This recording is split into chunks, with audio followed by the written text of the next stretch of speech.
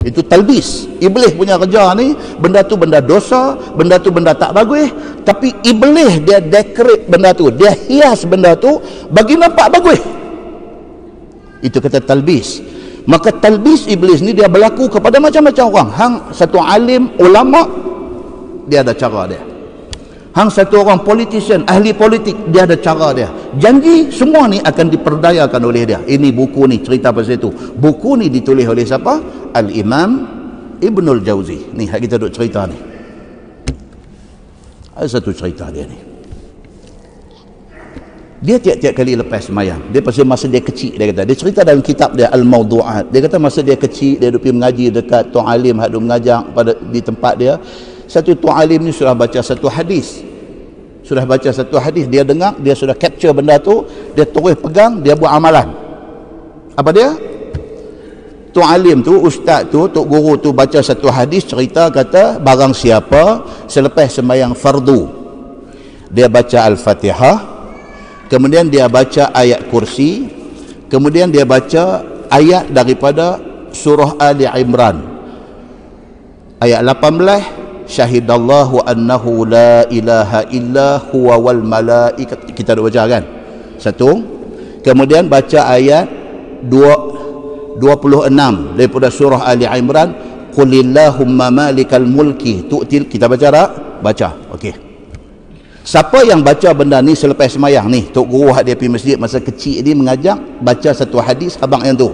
Siapa yang lepas semayang dia baca Fatihah, dan lepas bagi salam dia wirid, dia baca Fatihah, lepas tu dia baca ayatul kursi, kemudian dia baca syahidallahu annahu la ilaha illahu tu, kemudian dia baca qulillahumma malikal mulki, dia baca ayat tu semua. Tiap-tiap kali lepas semayang dia baca benda tu, tok guru hak duk mengajar tu kata dia akan dapat 5 perkara. Satu, Allah Subhanahu wa taala garanti bagi syurga dekat dia kalau dia amalkan benda tu. Ibnul Jauzi masa tu kecil ni dengar, wih, impress.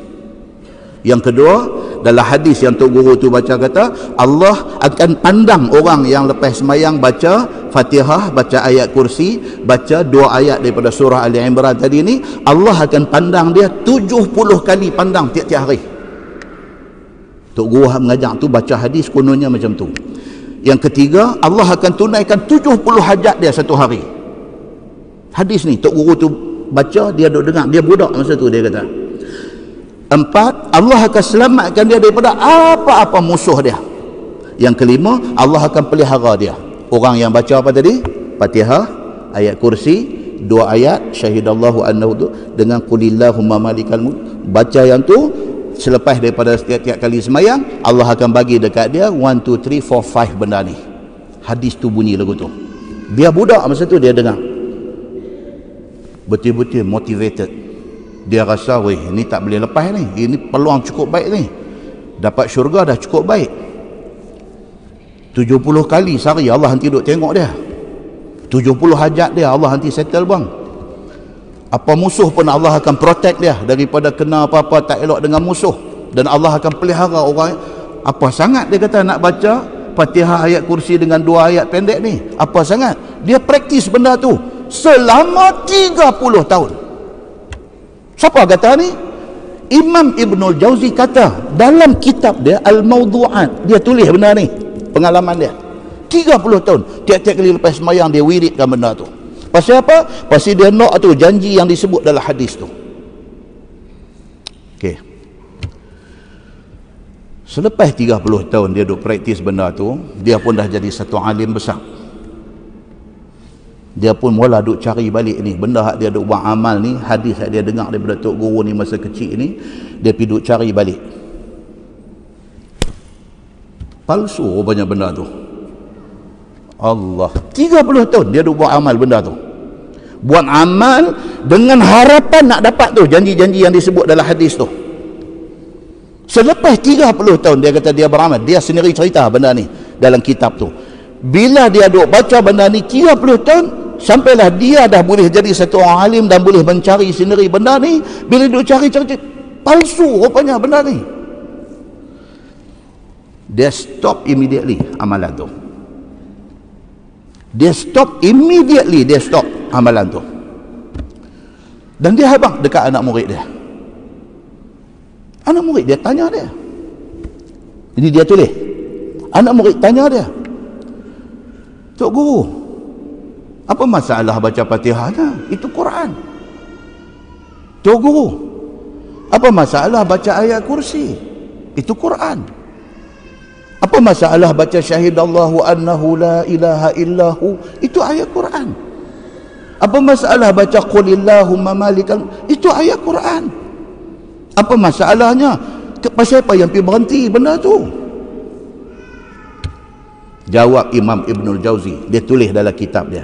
Dia kata isti'malul khair yanbaghi an yakuna mashru'an fa idza 'alimna annahu kadhib kharaja minal mashru'iyyah. Dia kata apabila kita amalkan satu-satu perkara tu yang kita duk sangka dia daripada sumber yang masyru', daripada sumber yang sahih, daripada hadis yang betul, tiba-tiba kita dapati benda tu daripada hadis yang tak betul, benda itu kazib, dia kata benda tu tipu, maka tidak adalah perkara yang palsu itu boleh diteruskan sebagai amalan.